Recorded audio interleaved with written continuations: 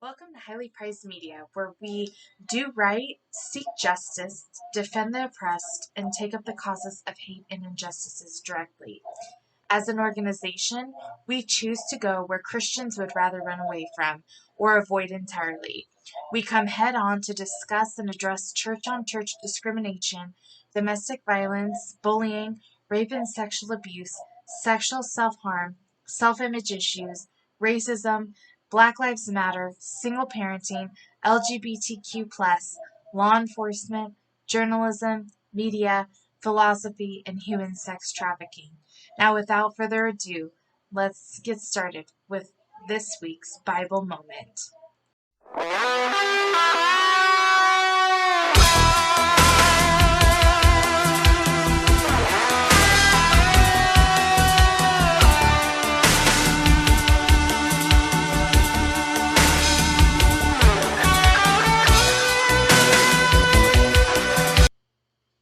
Today we are going to be taking a look at John 10. And I think it goes without saying that a lot of this content is precious because it is none other than equipped with the red letters. In biblical and Christian traditions, if you are new to the faith, the red letters in the Bible are a representation of what Jesus spoke. They are his truths. They are his instructions. And if, as a believer, all you live your life on is those red letters, I'm here to tell you, you are one step ahead of the rest of us, for sure. John wrote or transcribed Jesus' word in John 10. It's the gospel, and it was written in Papyrus in about AD 350. And the whole mission of John, the book of John, is to communicate the truths of Christ. And it is a great starting point for anyone who is stepping into the faith or is curious to look through and see what you can find and see how the Lord speaks to you. We all know John 3:16, for God so loved the world, he gave his only begotten Son so that we shall have eternal life. And that is a great starting point, but I personally believe that the best way to start a new faith or a new understanding of Jesus is to start with John 1 and simply work your way through. Take your time and read more of Jesus' word, because we can understand the principle that he sacrificed his life. I believe that even people who don't believe in God believe that Jesus was a person, and they connect him with being murdered on a cross. And so we can add to the understanding or the idea or the concept of Jesus if we add more evidence or add more theory or add more insight into what his words say and how they help us to be a better person. Even the non-believer can respect the morality that Jesus teaches. And that is something that I personally believe. We should all take John 10 personally. And this is because for most of the chapter, Jesus himself is speaking directly to us. The red letters are meant to be a fruitful and straight to the point guide to living a more abundant life. I love the CEV version because I feel like it paints a different and more effective image of what Jesus is needing us to learn from it. And I will go on a limb and also say that back then, language was pretty simple and to the point. There wasn't room for, text lingo and millennial understanding. It was really cutthroat. And so we can almost identify that even though there's a lot of metaphors in the Bible and Jesus spoke beautifully, we can also assume that when he speaks clear enough to where we should get the point and the gist of what he's trying to teach. I, for one, am not going to attempt to argue against what he says in John 10.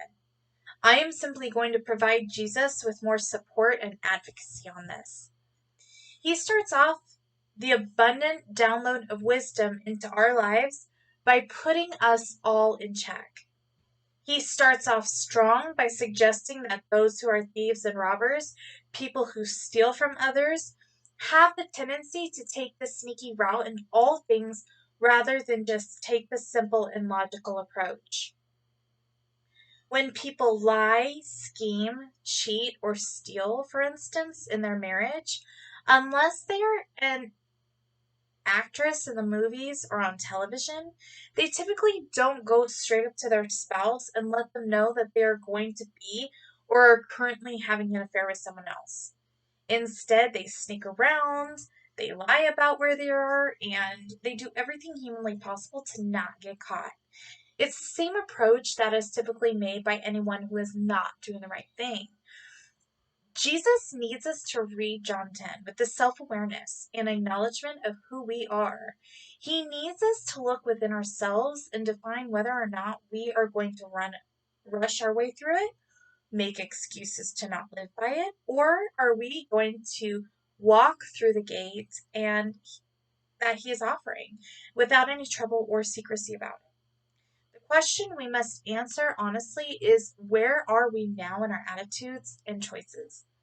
Are we cheating our way through life, or are we making an honest go at it with full integrity? Personally, I have a question for you as well. When the gate opens for you, who do you envision opening it? Do you see Jesus himself opening your gate on a bright and sunny day? Or do you see Satan opening the gate in the darkest of nights? Or perhaps do you see no one but only a gate swaying and creaking with that awful and annoying noise and the wind without no one in sight? Whenever you are facing a decision or a gate of opportunity in front of you, who do you see? I know it's rather interesting to get lost in a vision of metaphors and what ifs, but in my own experience, it has made a significant difference. The only gatekeeper that truly matters in our lives is Jesus. He is the only one who can bring us into greener pastures. He is the only source of goodness in our lives. With him, we never stray away into the dark. We know his voice when he speaks to us. We also know in our hearts when we are not hearing him correctly, or at the very least, we have the discernment and nudge to wonder if it is him indeed or not. As believers of Christ, we are his sheep, and we flock to and follow him everywhere he goes and leads us ideally. When when he opens his gate, he holds it open for us in order to walk through it as he encourages us to wait a moment on the other side. In my dreamlike perception, I imagine him taking a few steps ahead of us in order to truly lead us. When he is ready for us to follow in abidance, he will signal to us to come forward. On the contrary, when the enemy is involved, he usually holds the door open, puts the lock on it, and stands behind us laughing at every failed move that we make going forward from that gate. Upon reading John 10 as a non-believer, understanding the context of it will always be difficult, just as the Bible suggests. Jesus' delivery of wisdom and insight is spot on and deserves some advocacy from all believers. In my personal opinion, this is a great chapter in the Bible to offer the non-believers in our lives, or those who are questioning or doubting who he is, to us. Jesus accepted the position that God placed him in the world as our gatekeeper. He embraced the role that we are his sheep and we are to follow him accordingly.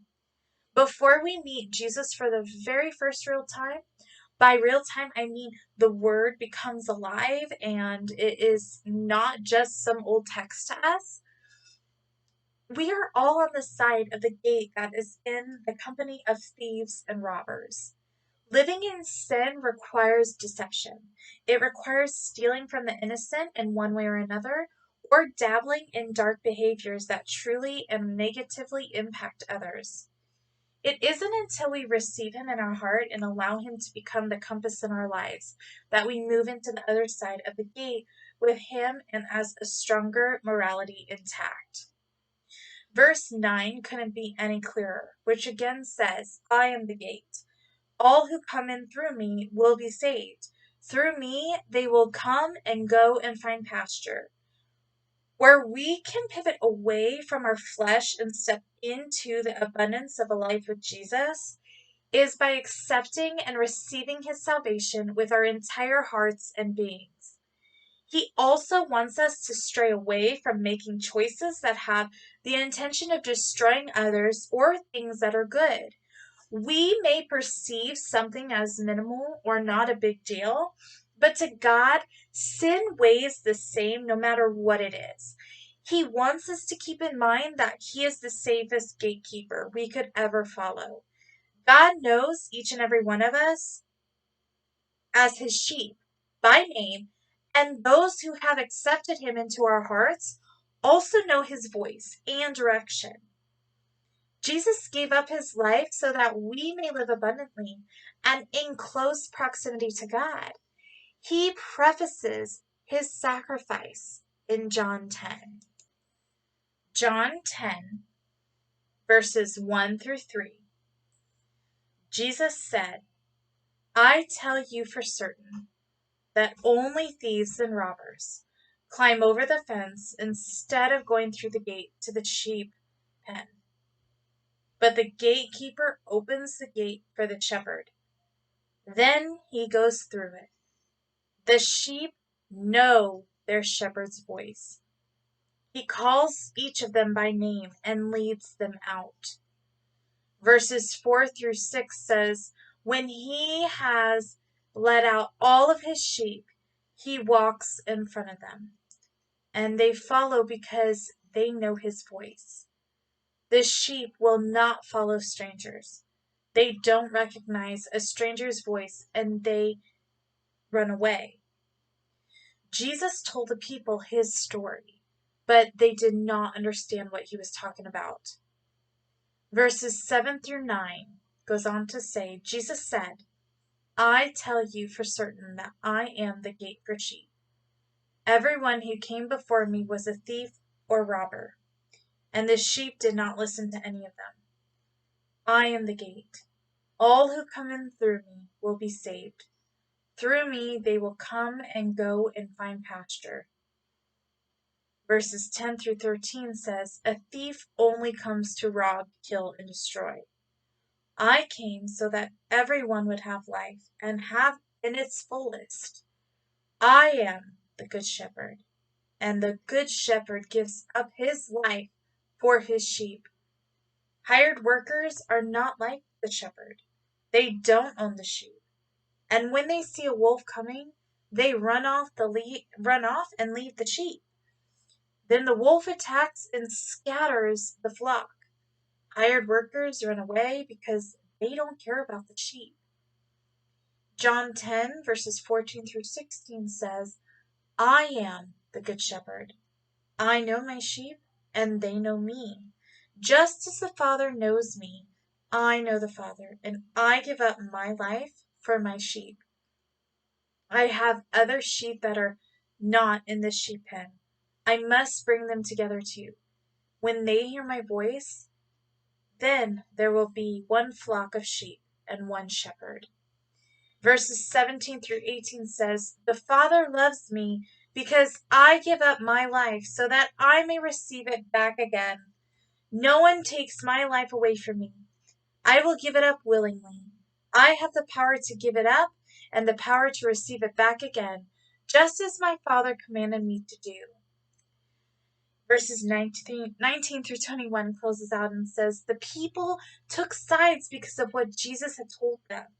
Many of them said, he has a demon in him. He is crazy. Why listen to him?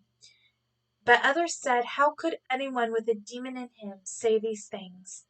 No one like that could give sight to a blind person.